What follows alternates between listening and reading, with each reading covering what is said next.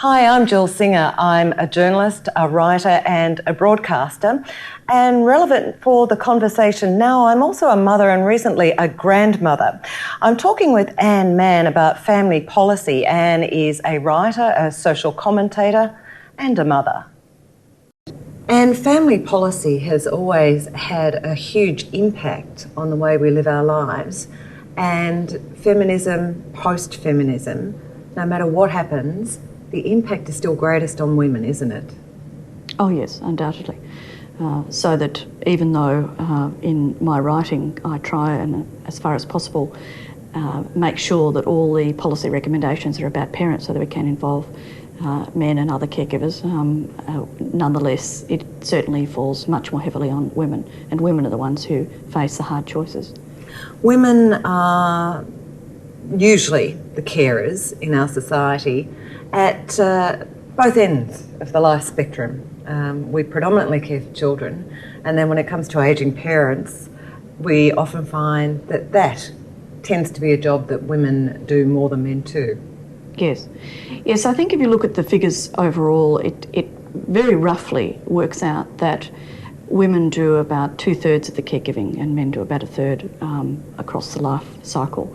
Of course, in an individual family, men may do more of the earning, and so that the overall hours worked may come out roughly similar. But nonetheless, the caregiving, as you say, falls much more heavily on women. So that in the quarterly essay, I'm looking not only at childcare and the issues surrounding women's return to work after childbirth, but also at elder care, care for the disabled, care across the spectrum, because this really does concern and shape women's lives to a much greater degree than men. You noticed on the election night of November 24 that a very elated Maxine McHugh said, "I think Prime Minister Kevin Rudd is going to be a great Prime Minister for children." And you thought aloud and said, well, what is it to be a great Prime Minister for children? What do you think it is? Well, I think that it's, first of all, to walk in the shoes or the bare feet of the child, to think about what it is to be a small child, a baby, a growing child. So that I think that if Kevin Rudd begins from that standpoint, he can't really go wrong. I think that in terms of thinking about family life and children, when you take that standpoint, a lot of things fall into place. If you take the child's point of view, then quite quickly you can see the need, for example, to really dramatically improve the quality of childcare.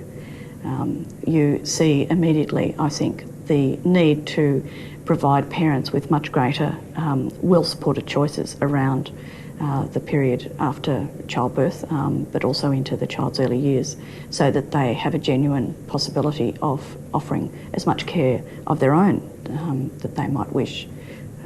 And some of the policies I talk about that might support that. So in other words, if you look at if you take the child's point of view, then all sorts of things fall into place. We do hear horror stories about some of the childcare being offered. If we can generalise, what is the state of childcare, institutionalised childcare in Australia at the moment? It's over the last 20 years we've seen more and more kids being in childcare, and I wonder, how good is it? Well, I think that there are certainly really excellent providers, and we have some very dedicated people in childcare who do a wonderful job with children. However, overall, we don't have the quality that we need. And if we're going to be serious about providing parents with a choice of working and using childcare, then from their point of view and from the child's point of view, we need to be absolutely serious about improving the quality of care. A couple of things stand out immediately. One of them is the ratio of caregivers to babies.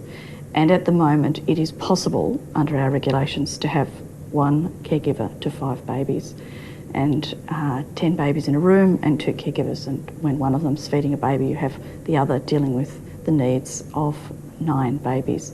And I don't know about you as a mother or a grandmother, but I know that for me that would be the most horrendous task, and I know that it is for the caregivers as well. It's ludicrous. You cannot possibly give the child the care they need. I know with my granddaughter, 8 months old. She is a 3 adult baby, that one. Yes. The demands are constant. And I think, oh, imagine even expecting that someone who's looking after 5 of her could give her what she needs. Yes, and they can't. So we're expecting far too much of our childcare workers. And in terms of the overseas research, it is certainly true that nothing less than 1 to 3, that is 1 caregiver to 3 babies, is considered good practice. And ideally, of course, even less than that.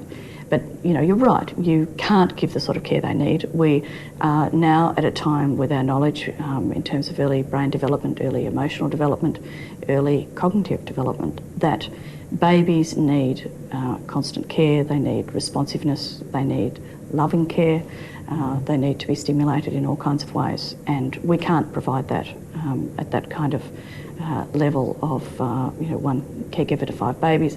One overseas developmentalist actually described it as a licence for neglect, and they were right.